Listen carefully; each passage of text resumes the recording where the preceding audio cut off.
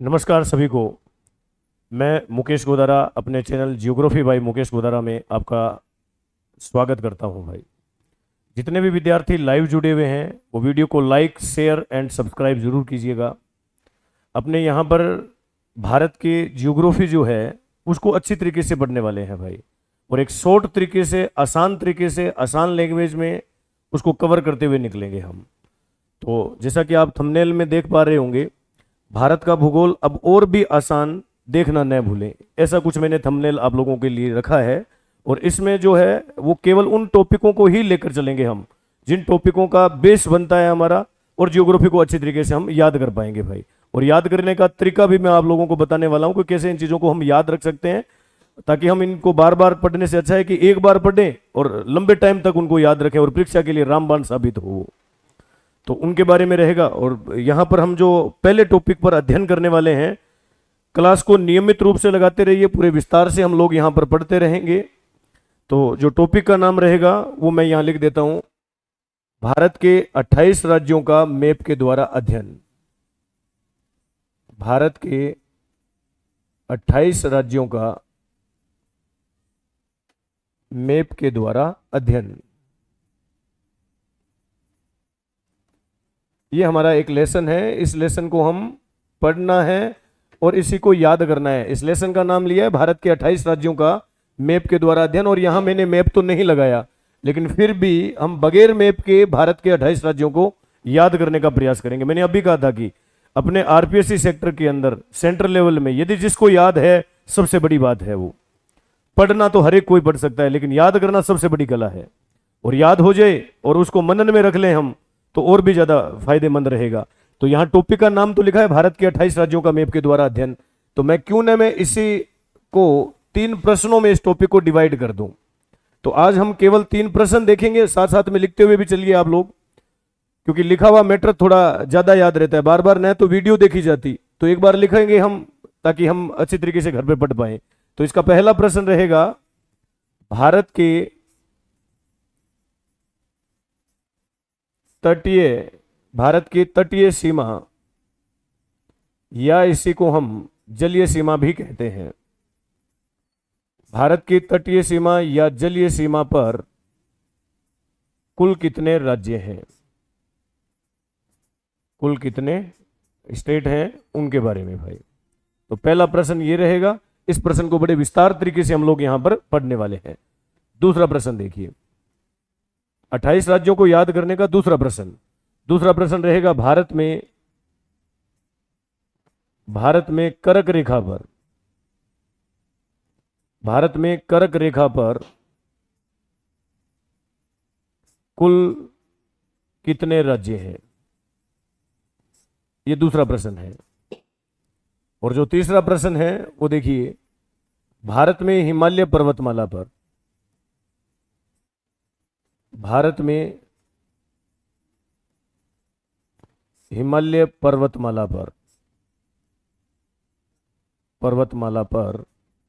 कुल कितने राज्य हैं।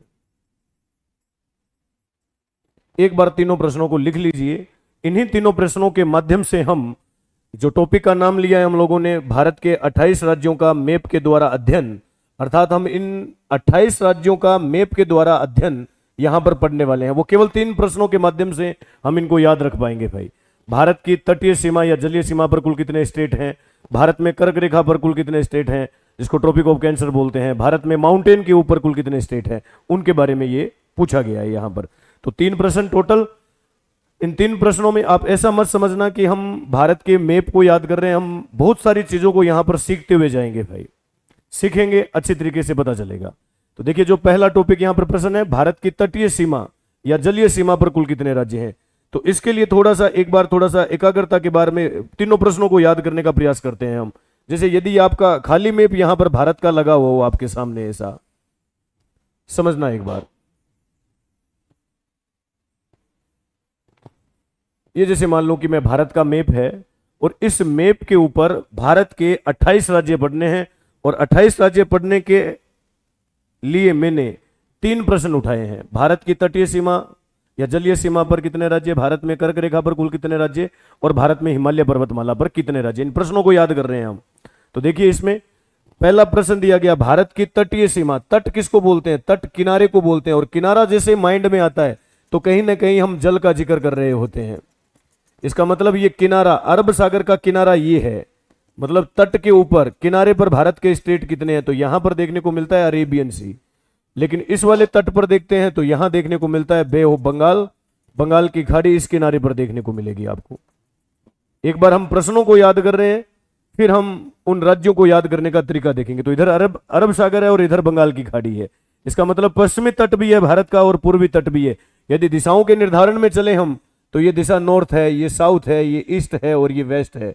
इसका मतलब भारत की ईस्ट दिशा में बे ऑफ बंगाल है और भारत की वेस्ट दिशा में अरेबियन सी है। तो इधर वाला किनारा भारत का पश्चिमी किनारा है और इधर वाला किनारा भारत का पूर्वी किनारा है। तो प्रश्न में यही कहा गया, भारत के इस किनारे पर चलते जाओ, पश्चिमी तट के किनारे पर, और यदि कहां पर आ जाएं हम, पूर्वी तटीय किनारे पर भी आ जाएं, इसके ऊपर भारत के कुल कितने राज्य हैं वो हमारे से इस प्रश्न के अंदर पूछा गया था। तो एक माइंड के अंदर इस लाइन को फिक्स करना है कि इस किनारे पर कितने हैं। आप लोगों को बेखूबी रूप से पता होगा, लेकिन हम बहुत सारी चीजों का अध्ययन करेंगे यहां पर। लेकिन दूसरा प्रश्न क्या था? ट्रॉपिक ऑफ कैंसर पर कितने हैं? और ट्रॉपिक ऑफ कैंसर आपको पता हो कि भारत के इस प्रकार से निकलती है। इस लाइन को हम मानकर चलेंगे कर्क रेखा। तो दूसरे प्रश्न में कह रहा है कि कर्क रेखा पर भारत के कुल कितने स्टेट हैं। और तीसरे प्रश्न में देखिए, यहां पर हमारे पास माउंटेन देखने को मिलेगा, हिमालय पर्वत देखने को मिलेगा। तो ये तीन प्रश्न और तीनों में भारत के 28 राज्य छिपे हुए हैं। प्रश्न तीन कौन कौन से हैं?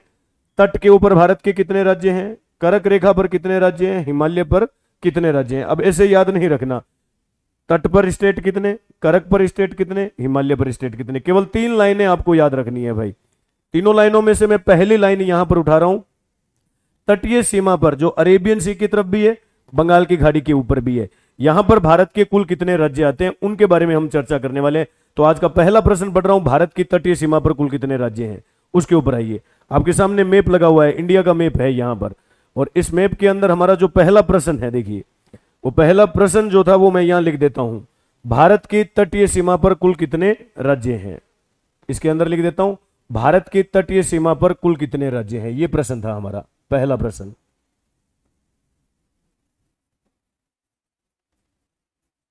भारत की तटीय सीमा पर कुल कितने राज्य हैं, यह प्रश्न था। और इस मैप में देखें तो तट कहां होगा, यह तट रहेगा हमारा, यहां से ये तटीय सीमा वाला भाग है। और इस पर हमारे से स्टेट पूछे हैं कि कितने स्टेट हैं इसके ऊपर, उनका अध्ययन हमारे को करना है यहां तक, ये हिस्सा। तो तटों के ऊपर देखिए, भारत के पश्चिमी तटीय सीमा पर जब हम आते हैं तो यहां हमारे को देखने को मिलता है गुजरात, ये स्टेट रहेगा गुजरात, गुजरात। इसके बाद में इस स्टेट को बोलते हैं महाराष्ट्र, ये महाराष्ट्र। एक बार लिख लेते हैं, फिर शॉर्ट तरीका देखेंगे। यहां एक छोटा सा राज्य गोवा देखने को मिलेगा, गोवा। इससे नीचे आएंगे तो ये हिस्सा कर्नाटक का रहेगा, कर्नाटक। और कर्नाटक से भी नीचे आएंगे तो ये हिस्सा रहेगा केरल का, केरल। तो भारत की पश्चिमी तटीय सीमा पर आप देख रहे हो, ये टोटल नॉर्थ से साउथ के क्रम में, नॉर्थ से साउथ के क्रम में 5 स्टेट देखने को मिल रहे हैं। जबकि पूर्वी तटीय सीमा पर चलते हैं हम तो यहां देखने को मिलता है तमिलनाडु, तमिलनाडु। इससे ऊपर चलते हैं तो यहां आंध्र प्रदेश आता है, आंध्र प्रदेश, यह आंध्र प्रदेश रहेगा। इससे भी ऊपर निकलते हैं तो यह ओडिशा आ जाता है यहां पर, ओडिशा। और ओडिशा से भी ऊपर निकलते हैं तो यह निकल जाता है हमारे पास पश्चिमी बंगाल।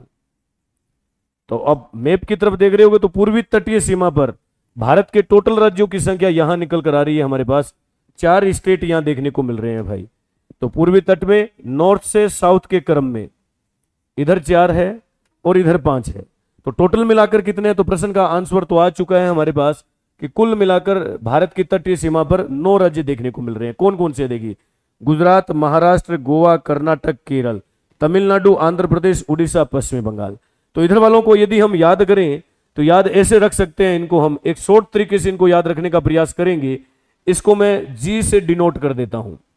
जी मतलब गुजरात, इसको एम से डिनोट किया, एम मतलब महाराष्ट्र। फिर इसको यहां छोटा सा यहां दिया हुआ है, ये जी मतलब गोवा, जी एम जी, और यहां के कर्नाटक, और यहां के केरल। तो आप थोड़ा देखोगे कि यहां जो सीरीज बन रही है वो सीरीज जी एम जी के और के की बन रही है। जी एम जी के, इसमें दो जी हैं दो के हैं, दो जी लगातार नहीं है, उसके बीच में एम आया हुआ है और बाद में दो के लिखे हुए हैं। तो जी M G K, Gujarat Maharashtra Goa Karnataka Kerala, G M G K. और इसको शॉर्ट में लिखें तो इसको हम T A O W, T A O W के नाम से हैं। T A O W, T नीचे से चल रहा हूं, T Tamil Nadu, A Andhra Pradesh, O Orissa, W West Bengal Paschim Bengal. तो पूरी सीरीज यहां पर बन रही है टी ए ओ डब्ल्यू के नाम से है, T A O W, W O A T. ऐसे हम इन चीजों को याद रख सकते हैं भाई। तो टोटल कितने हो जाते हैं हमारे पास, इधर निकल कर आते हैं 5 और इधर निकलते हैं 4, तो टोटल निकल कर आएंगे आपके सामने 9 स्टेट देखने को मिलेंगे। अच्छा, यदि आपके सामने बगैर मैप के ऐसा हो तो उसमें देखिए एक बार, यहां देखिए ये आपके सामने एक मैप लगा हुआ है, इसके अंदर हम उन 9 राज्यों को एक बार कवर करते हैं जो अभी आप लोगों ने याद किए हैं। जैसे गौर करना, यहां मैं जी लिखूं तो इसका मतलब ये गुजरात है, यहां पर ये बाउंड्री गुजरात की रहेगी। जी एम जी के, जी M G K, Gujarat Maharashtra Goa Karnataka Kerala, यहां पर T Tamil Nadu, A Andhra Pradesh, O Orissa, W West Bengal, ये पश्चिम बंगाल आ जाता है। इसका मतलब इधर हमारे पास निकल कर आ जाते हैं 4, टोटल मिलाकर 9 हो जाते हैं। एक बात और भी सुनना, यहां पर केवल राज्य ही याद नहीं करने, कुछ और भी बातें ध्यान रखनी है हमारे को मैप के अंदर। इस तट के ऊपर एक विद्यार्थी यहां पर खड़ा हुआ है, मान लेते हैं कि ये 0 किलोमीटर पे है, 0 किलोमीटर पे है, और यहां से इस तट के ऊपर चलना शुरू करता है वो। तो अभी ये गुजरात राज्य के तट पे चल रहा है और गुजरात को क्रॉस करता हुआ ये महाराष्ट्र के तट पे भी पहुंच गया, गोवा के तट पर भी, कर्नाटक केरल, इस प्रकार होता हुआ ये तमिलनाडु, आंध्र प्रदेश, उड़ीसा, वेस्ट बंगाल यहां तक पहुंच गया। जैसे ये वेस्ट बंगाल में आकर रुकता है तो यहां तक पहुंचते पहुंचते इसने 6100 किलोमीटर की दूरी तय कर जाता है। 6100 किलोमीटर की दूरी है ये। इसका मतलब ये हुआ कि भारत की तटीय सीमा की जो कुल लंबाई है जो आपको देखने को मिल रही है वो टोटल लंबाई 6100 किलोमीटर है। कहां से कहां तक है, पश्चिमी बंगाल से लेकर गुजरात तक बोल सकते हैं, या गुजरात से लेकर हम पश्चिमी बंगाल तक बोल सकते हैं। एक बात को ऐसे भी सुनना, सभी का तट एक जैसा नहीं है, कहीं पर अलग लंबाई है, कहीं पर कम लंबाई है, कहीं ज्यादा लंबाई है। तो जहां ज्यादा लंबाई है वहीं से मैं इनको नंबरिंग में डिनोट करता हुआ निकल रहा हूं, दिमाग लगाते जाना। यहां पर जहां 1 नंबर लिखूं आप समझना कि वहां सबसे ज्यादा लंबा तट है, सर्वाधिक लंबाई वाला तट गुजरात है। दूसरा सर्वाधिक लंबाई वाला तट आंध्र प्रदेश है। तीसरी सर्वाधिक लंबाई वाला तट तमिलनाडु। चौथे पर महाराष्ट्र। 5 नंबर पे केरल। 6 नंबर पे उड़ीसा। 7 नंबर पे कर्नाटक। 8 नंबर पे पश्चिमी बंगाल। और 9 नंबर पे सबसे कम तटीय सीमा गोवा की है। सबसे कम तटीय सीमा गोवा की और सबसे ज्यादा तटीय सीमा गुजरात की रहेगी। सबसे ज्यादा तटीय सीमा गुजरात राज्य की रहेगी। अब यहां पर देखिए कैसे इनको याद रखेंगे। याद रखना यही है कि आपके माइंड में एक कच्चा डायग्राम ऐसा फिक्स होना चाहिए। और हम लोग ये पढ़ रहे हैं भारत की तटीय सीमा, क्योंकि तट किनारा पढ़ रहे हैं, इधर 5 राज्य इधर 4 राज्य, इनमें नंबरिंग याद रखनी है आपको। 1 नंबर यहां रखना है, 1 नंबर यहां, और 2 नंबर इस तट के ऊपर, और इसी के जस्ट नीचे 3 नंबर भी लिखना है। 1 इधर लिखा, टॉप पर लिखा, इधर 2 लिखा, 2 के नीचे 3 लिखा, 1 के नीचे 4 लिखेंगे हम, सबसे अंतिम लाइन में हम 5 लिखेंगे। 1 2 3 4 5। जब 6 की बारी आए तो 2 के ऊपर 6, इधर 7, इधर 8 और इधर 9। अब आपको राज्य याद है, तो राज्य याद है तो इनके आगे लिख दीजिए जी एम जी के। यहां पर हम लिख सकते हैं टी ए ओ डब्ल्यू। ये लिख सकते हैं। प्रश्न दिया एग्जामिनर ने आपको, भारत में सर्वाधिक तटीय सीमा बनाने वाला राज्य कौन सा है? तो जहां 1 नंबर लिखा हुआ है वो सर्वाधिक तटीय सीमा मतलब गुजरात की है। जहां सबसे कम तटीय सीमा गोवा की। तीसरी सर्वाधिक तटीय सीमा बनाने वाला भारत का राज्य तमिलनाडु। दूसरी सर्वाधिक तटीय सीमा बनाने वाला आंध्र प्रदेश। छठी सर्वाधिक तटीय सीमा बनाने वाला उड़ीसा। सबसे कम पूछे गोवा। सातवीं पूछे कर्नाटक। पांचवीं पूछे केरल। तो नंबरिंग को याद रखकर हम इन चीजों का अच्छे तरीके से उच्चारण में याद रख सकते हैं भाई। जैसे देखिए, एक बार फिर से अभ्यास करते हैं हम। जितनी ज्यादा बार अभ्यास करेंगे चीजों को याद रख पाएंगे भाई हम। जितना ज्यादा बार अभ्यास उतना ही याद रहेगा। देखिए वापस रिमाइंड कीजिए, ऐसा तट बनाया हमने क्योंकि तटीय सीमा वाले पढ़ रहे हैं। 1 नंबर यहां 1 2 3 4 5 6 7 8 9। क्या प्रश्न पूछा? तीसरी सर्वाधिक तटीय सीमा। अब आपने जैसे राज्य याद किए, GMGKK TAOW। प्रश्न क्या दिया? दूसरी सर्वाधिक 2 नंबर पे आंध्र प्रदेश। तीसरी सर्वाधिक 3 नंबर पे तमिलनाडु। चौथी सर्वाधिक महाराष्ट्र। सबसे कम गोवा। सबसे ज्यादा गुजरात। 8वीं वेस्ट बंगाल। छठी उड़ीसा। 7वीं कर्नाटक। 5वीं केरल। तो सभी प्रश्नों का हम लोग जवाब दे पाएंगे यदि हम इन चीजों को याद कर लेते हैं भाई। रख पाएंगे। मैं आशा करूंगा कि इन चीजों को आप अच्छी तरीके से याद रख पाओगे भाई। इसके अलावा देखिए, इसके अलावा भी और कुछ खास बातें और भी पढ़नी है हमारे को इस प्रश्न के अंदर। बाकी सभी को इकट्ठा कर कर चलेंगे हम, लेकिन इससे पहले आइए यहां पर आइए। आपने यहां पर भारत के इधर वाले तटों के ऊपर 5 राज्य देखने को मिले, इधर 4 राज्य देखने को मिले। इनका नॉर्थ से साउथ की तरफ क्रम भी बता पाएंगे। यदि प्रश्न दे रहा है कि भारत की पश्चिमी तटीय सीमा के 5 राज्यों का दक्षिण से उत्तर का क्रम क्या है, तो पहले नीचे KKGMG इधर आए TAWOWWOAT इधर आए KKGMG। गुजरात, महाराष्ट्र, गोवा, कर्नाटक, केरल, तमिलनाडु, आंध्र प्रदेश, उड़ीसा, पश्चिम बंगाल। ऐसे अपने को याद रहना चाहिए। और भी देखिए इसके अंदर, दूसरी सर्वाधिक तटीय सीमा बनाने वाला भारत का राज्य, दूसरी की बात कर रहा हूं, दूसरी सर्वाधिक तटीय सीमा बनाने वाला भारत का राज्य आंध्र प्रदेश था। 2 नंबर आंध्र प्रदेश के ऊपर रखा था हम लोगों ने। तो ये आंध्र प्रदेश 2 नंबर पे यहां दिख रहा है हमारे को। तो दूसरी सर्वाधिक तटीय सीमा बनाने वाला आंध्र प्रदेश, तो यहां से चीजों को लेकर चलेंगे हम। ये 2 से यहां लिखा था हम लोगों ने दूसरी सर्वाधिक। मैं आगे चल रहा हूं, एक बार नया मैप में देखते हैं हम। वहां देखिए, इस मैप के अंदर ये सब कुछ याद रखेंगे हम। इसके अलावा देखिए, यहां डायग्राम बना रहा हूं, कवर करना उसको।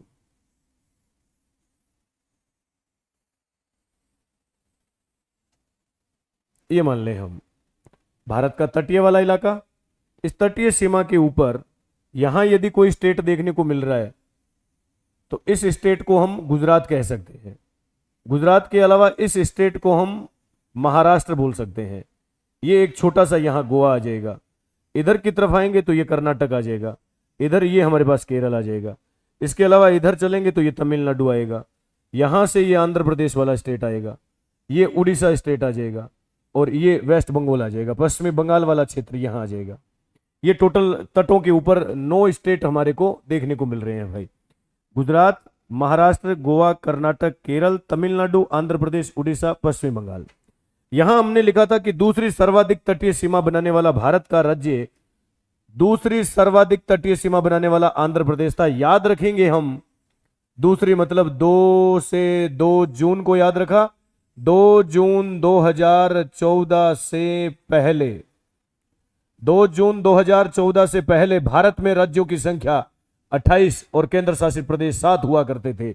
लेकिन 2 जून 2014 के बाद में, 2 जून 2014 के बाद में भारत में राज्यों की संख्या 29 हुई। 29 हुई तो 29वां स्टेट भारत का बना था तेलंगाना।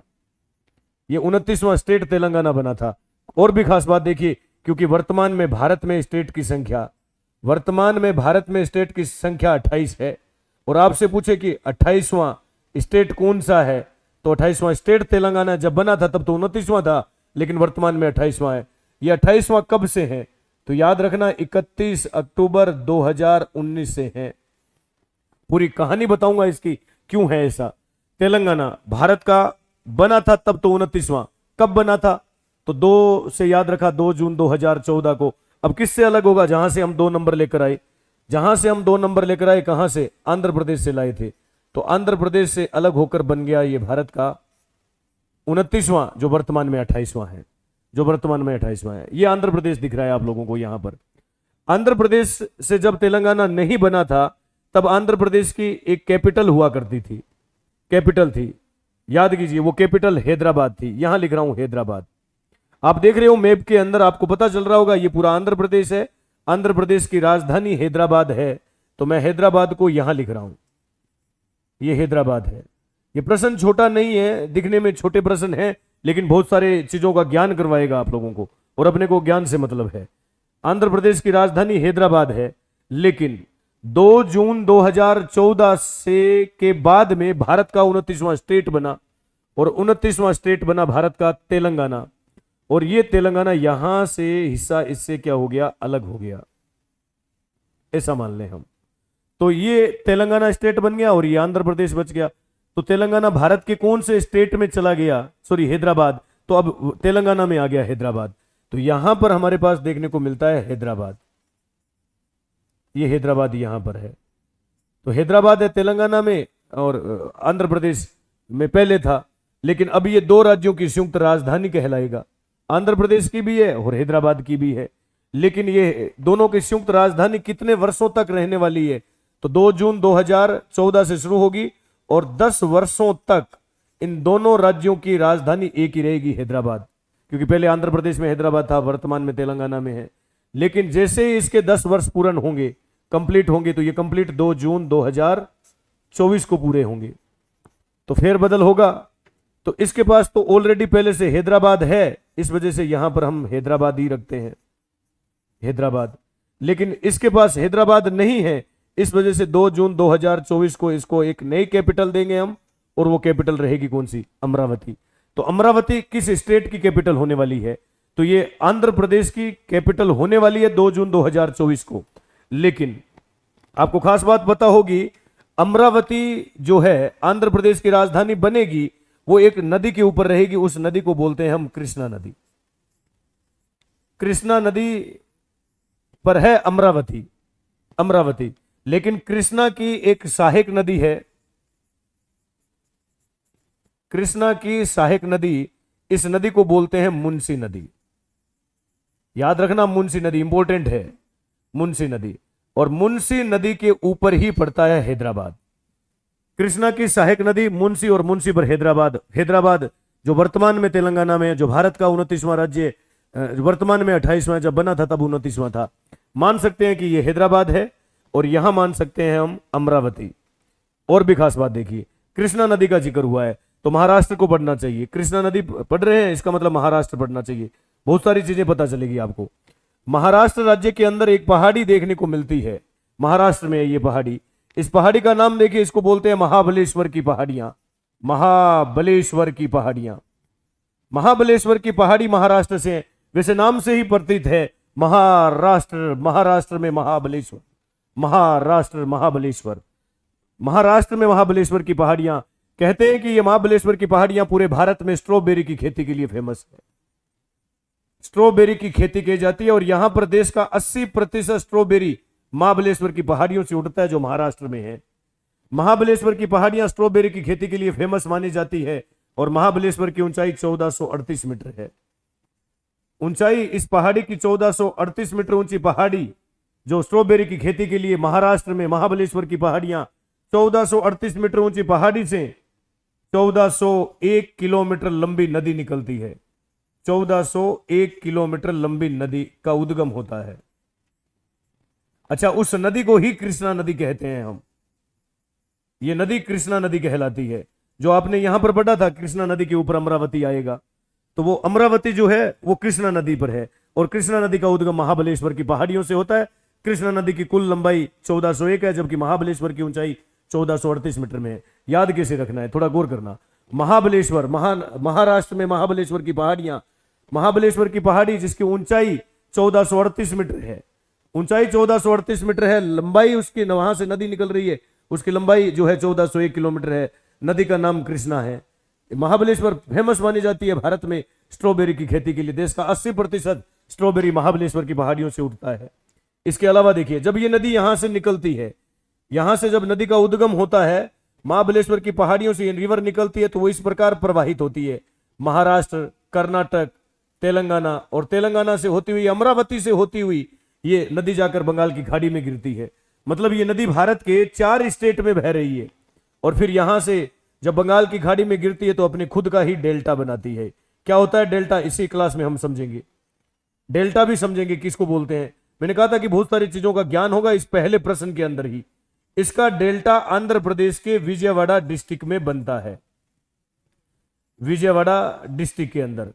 तो विजयवाड़ा डिस्ट्रिक्ट में किस नदी का डेल्टा है, तो कृष्णा है, और कृष्णा भारत के 4 स्टेट में बह रही है। अच्छा, 2 तो स्टेट यही है, आंध्र प्रदेश से अलग होकर बनने वाला तेलंगाना, एक जहां से निकल रही है महाबलेश्वर की पहाड़ियों से, ऐड कौन हुआ, कर्नाटक। अच्छा एक चीज बताइए, ये कौन सा भारत है, उत्तर भारत या दक्षिण भारत? तो ये दक्षिण भारत है, दक्षिण भारत है। तो यहां पर देखिए कृष्णा नदी जो है, इसको हम दक्षिण भारत की दूसरी सबसे लंबी नदी कहते हैं, दूसरी सबसे लंबी नदी, लंबी नदी। दक्षिण भारत की दूसरी सबसे लंबी नदी कृष्णा नदी है, जिसका उद्गम महाबलेश्वर की पहाड़ियों से 4 स्टेट में बहती है। कुल लंबाई 1438 मीटर ऊंची पहाड़ी से निकल रही है। स्ट्रॉबेरी खेती के लिए फेमस है। उसी के किनारे पर है अमरावती, जो आंध्र प्रदेश की 2024 में राजधानी बनेगी। आपके माइंड में आ रहा होगा कि यहां जब दूसरी नदी का जिक्र हुआ है तो पहली नदी कौन सी है, तो आप थोड़ा गौर कीजिए। महाराष्ट्र के महाबलेश्वर की पहाड़ियों से नॉर्थ में एक पहाड़ी और भी पड़ती है, उस पहाड़ी को बोलते हैं त्र्यंबकेश्वर की पहाड़ी, त्र्यंबकेश्वर की पहाड़ी बोलते हैं। तो पहाड़ियों के नाम भी देखिए, एक पहाड़ी का नाम महाबलेश्वर, एक का नाम त्र्यंबकेश्वर। अच्छा, इस पहाड़ी में त्र्यंब हटा दें तो केश्वर, इसका महा हटा दें तो बलेश्वर। केश्वर और बलेश्वर भगवान शिव को कहते हैं, भगवान शिव को। और यहां महाराष्ट्र महादेव भगवान शिव का ही, मतलब महाराष्ट्र भगवान शिव से जुड़ा हुआ। और त्र्यंब का मतलब त्रिशूल है, त्र्यंब त्रिशूल। इसका मतलब त्र्यंबकेश्वर की पहाड़ी से जो नदी निकलने वाली है वो भगवान शिव से जुड़ी हुई नदी गोदावरी नदी का उद्गम होता है। त्र्यंबकेश्वर की पहाड़ियां महाराष्ट्र से है, गोदावरी नदी निकलती है। गोदावरी नदी जिसकी कुल लंबाई 1465 किलोमीटर है भाई, ये 1465 किलोमीटर लंबी है, जबकि कृष्णा की लंबाई 1401 में ही थी। कृष्णा की लंबाई 1401 में, जबकि गोदावरी की लंबाई 1465 में, और 1465 में है तो हम ये कह सकते हैं कि ये नदी दक्षिण भारत की सबसे लंबी नदी है। गोदावरी नदी दक्षिण भारत की सबसे लंबी नदी। एक प्रश्न तो ये निकला, सबसे लंबी नदी, दक्षिण भारत की सबसे लंबी नदी गोदावरी नदी है। गोदावरी नदी ही दक्षिण भारत की सबसे पवित्र नदी है, दक्षिण भारत की सबसे पवित्र नदी, सबसे पवित्र नदी दक्षिण भारत की तो फिर गोदावरी ही है। क्यों पवित्र बोल रहे हैं, एक बार गोदावरी का प्रवाह मार्ग देखिए। गोदावरी किन किन स्टेट से होकर बहती है, तो गोदावरी यहां से निकलती है, यहां से निकलकर इस प्रकार प्रवाहित होती है। तो आप देख रहे होंगे यहां पर गोदावरी भारत के 3 स्टेट से होकर जा रही है, महाराष्ट्र, तेलंगाना और आंध्र प्रदेश। और आंध्र प्रदेश में जाकर यहां पर अपने खुद का डेल्टा बनाती है। ये डेल्टा यहां पर बन रहा है, किस नदी का डेल्टा बन रहा है, ये कृष्णा नहीं गोदावरी नदी का डेल्टा है। क्योंकि कृष्णा का डेल्टा तो विजयवाड़ा में बन चुका था, तो गोदावरी का डेल्टा यदि किसी डिस्ट्रिक्ट में बनता है तो वो डिस्ट्रिक्ट जरूर याद रखना, इंपॉर्टेंट है। यहां का डिस्ट्रिक्ट है राजमुंद्री। राजमुंद्री शहर के अंदर, राजमुंद्री शहर में गोदावरी का डेल्टा बनता है। और गोदावरी भारत के 3 स्टेट में, कृष्णा भारत के 4 स्टेट में बह रही है। जो 3 में बह रही है वो लंबी है, जो 4 में बह रही है वो दूसरी सबसे लंबी है। तो दक्षिण भारत की सबसे लंबी नदी गोदावरी, दक्षिण भारत की पवित्र। क्यों पवित्र बोल रहे हैं, इस बात के लिए पहुंचना था। पवित्र नदी इस वजह से कह रहे हैं क्योंकि इस नदी के किनारे पर महाराष्ट्र के 2 शहर बसे हुए हैं। एक शहर नासिक है, एक शहर नासिक, और दूसरा महाराष्ट्र का नांदेड़ है। परीक्षाओं में पूछे जाते हैं नासिक और नांदेड़ किस नदी के किनारे पर है, तो नासिक और नांदेड़ महाराष्ट्र के जो है वो गोदावरी नदी के किनारे पर है, क्योंकि ये धार्मिक स्थल है दोनों के दोनों। नासिक में कुंभ के मेले का आयोजन होता है और नांदेड़ में सिखों के 10वें गुरु गुरु गोविंद सिंह को खालसा गद्दी प्रदान हुई। इसका मतलब नांदेड़ और नासिक दोनों धार्मिक स्थल है, इस वजह से दक्षिण भारत की पवित्र नदी कहा जाता है। और जब हम पवित्र कहते हैं तो दक्षिण भारत की गंगा भी कह सकते हैं इसे हम। पवित्र नदी गंगा है तो ये दक्षिण भारत की गंगा है। दक्षिण भारत की गंगा कह सकते हैं। तो दक्षिण भारत की गंगा गोदावरी नदी ही है। ये गोदावरी नदी की कुछ खास बातें आपको याद रखनी है। गोदावरी नदी, क्योंकि आपके सिलेबस में नदियों का टॉपिक भी आएगा, तो यहां पर हम दो नदियों को कवर करते हुए जा रहे हैं। दिमाग बिट लगाओगे तो बहुत सारी चीजें याद रहेगी आपको, बहुत सारे प्रश्न मैं पहले प्रश्न में याद करवाने का प्रयास कर रहा हूं। मैं यहां पर एक बार रिमाइंड करते हैं, फिर थोड़ा आगे चलेंगे हम। देखिए, मैंने यहां पर आते ही सबसे पहले यहां टॉपिक का नाम रखा था भारत के 28 राज्यों का मैप के द्वारा अध्ययन। और इस टॉपिक को पढ़ने के लिए 3 प्रश्न लिए। उनमें पहला प्रश्न, भारत की तटीय सीमा या जलीय सीमा पर कुल कितने राज्य हैं। दूसरा प्रश्न, भारत के कर्क रेखा पर कुल कितने राज्य। और तीसरा, भारत में हिमालय पर्वत पर कुल कितने राज्य आएंगे। ये प्रश्न था हमारा। लेकिन इन तीनों को याद रखने के लिए हमने 3 लाइनें बनाई। एक लाइन बनाई, भारत की तटीय सीमा पर कितने राज्य, कर्क रेखा पर कितने राज्य, हिमालय पर कितने राज्य। इनको पढ़ना शुरू किया। और इनमें भी सबसे पहले हमने तट पढ़ना शुरू किया है भाई। तट के ऊपर आते हैं हम, तो तट में याद रखने का तरीका भी हमने यहां पर देखा कि इनको कैसे याद रख सकते हैं हम। तो याद रखने का तरीका GMGKK, गुजरात, महाराष्ट्र, गोवा, कर्नाटक, केरल, नॉर्थ से साउथ की तरफ क्रम आएगा। WOAT, तमिलनाडु, आंध्र प्रदेश, उड़ीसा, पश्चिम बंगाल, नॉर्थ से साउथ की तरफ क्रम भी आएगा। ये क्रम अपने को याद करना था। नेक्स्ट आगे चलूं हम, तो नेक्स्ट आगे चलूंगा तो इस वाले पॉइंट में देखिए, यहां पर इनमें फिर हमने लंबाई पढ़ी, किन तटों की लंबाई कितनी, किसकी ज्यादा है, किसकी कम है, कौन सी लंबाई कितनी है, उसके बारे में हम यहां पर पढ़ रहे थे भाई। तटों की लंबाई यहां पर अध्ययन कर रहे थे हम। तो तटों की लंबाई में देखिए, तटों की कुल लंबाई कितनी है, तो 6100 किलोमीटर थी। नंबरिंग याद करनी थी। एक नंबर इधर लगाया था हमने, एक के बाद में इधर वाले तट पर 2 3 4 5 6 7 8 9, तो ये हमने यहां पर निकाल लिया। इसके बाद में और आगे चले हम, और आगे चले तो दूसरी सर्वाधिक तटीय सीमा बनाने वाला भारत का आंध्र प्रदेश था। तो 2 से याद रखा, 2 जून 2014 से पहले भारत में राज्यों की संख्या 28 और केंद्र शासित प्रदेश 7 थे। लेकिन 2 जून 2014 के बाद में भारत का 29वां राज्य बना तेलंगाना, जो वर्तमान में भारत का 28वां 31 अक्टूबर 2019 से। लेकिन तेलंगाना भारत का 29वां स्टेट आंध्र प्रदेश से अलग होकर बना था। आंध्र प्रदेश से अलग होकर बना। आंध्र प्रदेश की वर्तमान में राजधानी हैदराबाद है, और हैदराबाद वर्तमान में भारत के तेलंगाना में पड़ता है। ये तेलंगाना स्टेट है, आंध्र प्रदेश में है, यहां नहीं है, यहां हैदराबाद है। हैदराबाद जो 2 राज्यों की संयुक्त राजधानी है, 10 वर्षों तक रहेगी। 2 जून 2000 जैसे पूर्ण होंगे तो हैदराबाद तेलंगाना के पास रहेगा। लेकिन आंध्र प्रदेश की नई कैपिटल बन चुकी होगी अमरावती। अमरावती किस नदी के किनारे पर? कृष्णा का उद्गम महाबलेश्वर की पहाड़ियां, महाराष्ट्र से। महाबलेश्वर की पहाड़ियां स्ट्रॉबेरी की खेती के लिए फेमस। 1438 मीटर ऊंची पहाड़ी, 1401 किलोमीटर लंबी नदी कृष्णा नदी, जिसको हम दक्षिण भारत की सबसे लंबी नहीं दूसरी सबसे लंबी नदी कहते हैं, जो भारत के 4 स्टेट से होकर विजयवाड़ा से जाती हुई अपना डेल्टा बनाती है। ये दक्षिण भारत की दूसरी सबसे लंबी नदी। तो पहली नदी गोदावरी, जो त्र्यंबकेश्वर की पहाड़ियों से निकलती है, भारत के 3 स्टेट से बहती है, महाराष्ट्र, तेलंगाना, आंध्र प्रदेश। महाराष्ट्र, तेलंगाना, आंध्र प्रदेश। समापन इसका राजमुंद्री शहर में होता है। कुल लंबाई 1465 किलोमीटर। दक्षिण भारत की सबसे लंबी नदी है, दक्षिण भारत की सबसे पवित्र नदी। पवित्र नदी क्यों? क्योंकि महाराष्ट्र के 2 शहर इस नदी के किनारे पर, एक शहर नासिक और दूसरा नांदेड़। एक शहर नासिक और दूसरा नांदेड़, दोनों धार्मिक स्थल। इसी वजह से दक्षिण भारत की गंगा भी कहते हैं हम। अच्छा, इसे दक्षिण भारत की गंगा भी कहते हैं, तो दक्षिण भारत की वृद्ध गंगा भी बोलते हैं इसे हम। दक्षिण भारत की वृद्ध गंगा भी कहते हैं, बूढ़ी गंगा कहते हैं इसे। ये नदियों की लंबाई के अनुसार है। वृद्ध गंगा भी बोल सकते हैं, बूढ़ी गंगा भी कह सकते हैं। सिलेबस में है आपकी नदियां, तो नदियां, 2 नदियां यहां अच्छी तरीके से कवर करेंगे हम। तो ये 2 नदियां। लेकिन हमारा प्रश्न ये था कि हैदराबाद मुंशी नदी के किनारे पर है, तो यहां ऐसा बोल सकते हैं कि यहां से एक नदी निकलती है, और ये नदी हैदराबाद से होती हुई आकर किस नदी में मिलती है? ये कृष्णा में मिलती है। कृष्णा में, अच्छा, इस नदी को कहेंगे हम फिर, ये मुंशी नदी है, ये मुंशी नदी। तो मुंशी नदी के किनारे पर ही पड़ता है हैदराबाद। यह मान सकते हैं हैदराबाद है मुंशी नदी के किनारे पर। ऐसा मुंशी किसकी सहायक है? कृष्णा नदी की। अब यहां पर एक प्रश्न ये निकल कर आया है, थोड़ा सी बातों पर गौर करना।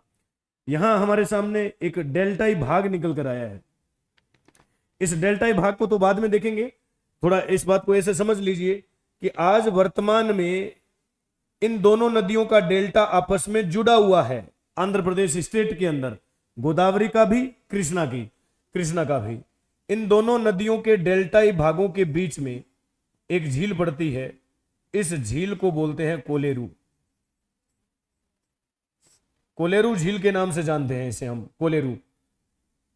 कोलेरू झील दो नदियों के डेल्टाई भागों में है, आंध्र प्रदेश में है, गोदावरी और कृष्णा नदी के डेल्टाई भाग में ये देखने को मिल रही है। यहां आपके सामने राजमुंद्री शहर आ रहा है। राजमुंद्री शहर, कहते हैं कि ये राजमुंद्री शहर भारत में भारतीय तंबाकू अनुसंधान केंद्र के लिए प्रसिद्ध है।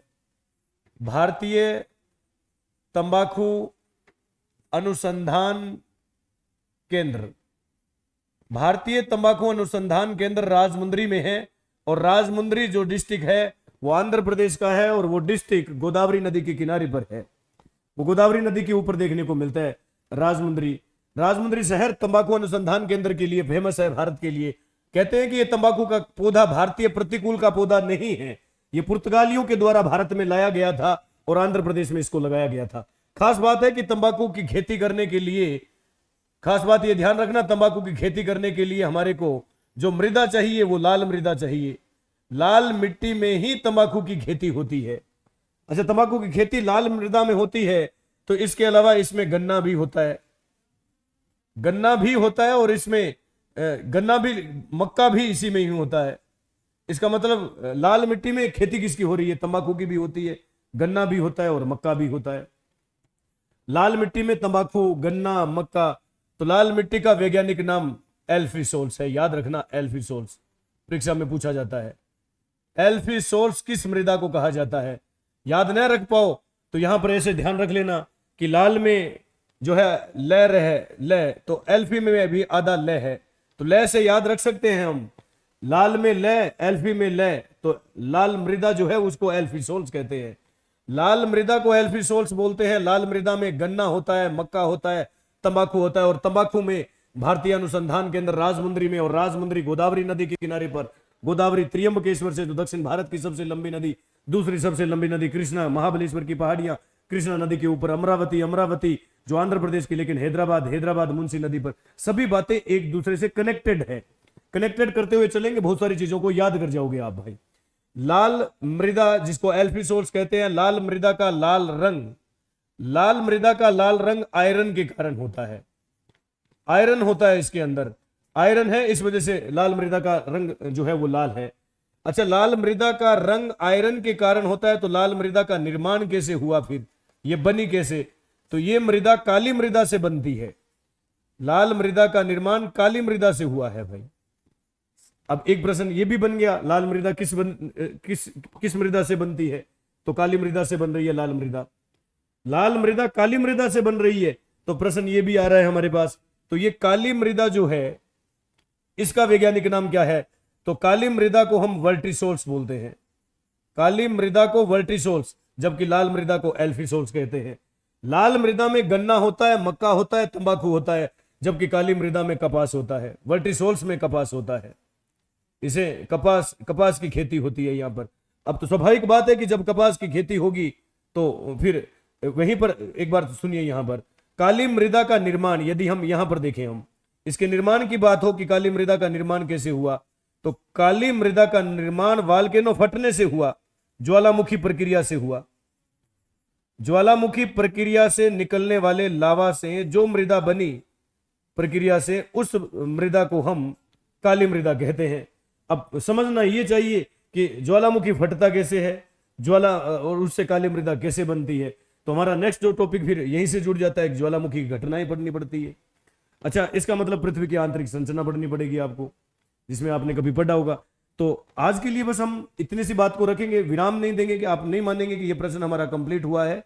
ये प्रश्न हमारा कंप्लीट नहीं हुआ है, ये बहुत लंबा चौड़ा प्रश्न है जिसको हम अच्छी तरीके से समझते हुए निकलेंगे। यहां हमारा उद्देश्य ये नहीं है कि हम भारत के स्टेट याद करें, स्टेट भी याद हो, साथ साथ में बहुत सारे प्रश्नों का कलेक्शन भी हमारे दिमाग में हो भाई। मैंने कहा था कि आप लोगों को याद रखना सबसे बड़ी कला है, और ये प्रश्न बार बार परीक्षाओं में पूछे जाते हैं। अब की बार पूछा गया था यूपीएससी एग्जाम में, महाबलेश्वर की पहाड़ियां भारत के कौन से स्टेट में है। फर्स्ट ग्रेड के जियोग्राफी में पूछा गया था लाल मृदा का निर्माण किस मृदा से होता है, तो सामने है काली मृदा से। एल्फीसोल्स में किसकी खेती होती है, तो एल्फीसोल्स में गन्ना भी होता है, मक्का भी और तंबाकू। तो भारतीय तंबाकू अनुसंधान केंद्र कहां है? राजमुंद्री। इसका मतलब फिर तंबाकू की खेती आंध्र प्रदेश में हो रही होगी। फिर बिल्कुल, भारत में सबसे ज्यादा तंबाकू का पौधा यहीं पर लगाया गया, तो खेती यहीं होती है सबसे ज्यादा उत्पादन भी यही उठाता है आंध्र प्रदेश, क्योंकि आंध्र प्रदेश में राजमुंद्री शहर जो तंबाकू अनुसंधान केंद्र के लिए किस नदी के डेल्टाई भाग में है, तो गोदावरी से है। गोदावरी दक्षिण भारत की सबसे लंबी नदी है, तो कृष्णा दूसरी है। और कृष्णा नदी पर अमरावती है, देख लीजिए लिखा हुआ है अमरावती। और कृष्णा की सहायक नदी मुंशी, मुंशी पर हैदराबाद है। हैदराबाद जो तेलंगाना की भी कैपिटल है, आंध्र प्रदेश की भी है, लेकिन ये 10 वर्षों तक है, चॉइस में फेरबदल हो जाएगा। तेलंगाना जब भारत का स्टेट बना था तब 29वां था, लेकिन वर्तमान में 28वां 31 अक्टूबर 2019 से। किससे अलग हुआ? आंध्र प्रदेश से। 2 से 2 जून मतलब दूसरी तटीय सीमा, पहली आंध्र प्रदेश गुजरात की थी, वो नंबरिंग याद रहनी चाहिए। ऐसे हम सब चीजों को कवर करते हुए निकल पाएंगे भाई। अब ये मत मानना कि ये हमारा प्रश्न कंप्लीट हो गया। मैं आगे यहां से नेक्स्ट क्लास में हम लोग जब पढ़ेंगे तो यहां मैं हेडिंग लगाकर छोड़ देता हूं। हम जो टॉपिक का अध्ययन करने वाले हैं वो टॉपिक यहां लिख रहा हूं, यहां से जोड़ते हुए चल रहा हूं। पृथ्वी की आंतरिक संरचना, क्योंकि ये चीज जब हमारे को समझ में आएगी तो वाल्केनो के बारे में भी हम सीख पाएंगे भाई। और जब सीख पाएंगे तो फिर हम इस मृदा का निर्माण भी कर पाएंगे, क्योंकि आपके सिलेबस में मिट्टियां भी है। तो भारत की मिट्टियों को भी आपने देखिए 2 अच्छी मिट्टियां पढ़ लोगे आप, लाल भी पढ़ लोगे, काली भी पढ़ लोगे, तो मतलब 2 मिट्टियों का अध्ययन हो गया। इसके अलावा 2 नदियां आपने फ्री में पढ़ ली, गोदावरी याद हो चुकी होगी, कृष्णा याद हो चुकी होगी। ये 3 में बह रही है, 4 में है, ये 1465 में, ये 1401 में। ये दक्षिण भारत की सबसे लंबी नदी है, दक्षिण भारत की दूसरी सबसे लंबी नदी है। इन दोनों नदियों के डेल्टाई भाग में एक का डेल्टा विजयवाड़ा में बन रहा है, एक का डेल्टा राजमुंद्री में, दोनों के बीच में कोलेरू झील है। ऐसा हम बता पाएंगे। तो जैसे ही हम नेक्स्ट क्लास में मिले तो हम इसी की चर्चा करने वाले हैं। क्लियर? तो वीडियो को ज्यादा से ज्यादा शेयर करना अपने मित्रों के साथ भाई, अगर वीडियो अच्छा लगे तो। नेक्स्ट मिलेंगे हम एक बेहतर क्लास की तरफ। तब तक के लिए इजाजत दीजिए। धन्यवाद। शुभ रात्रि।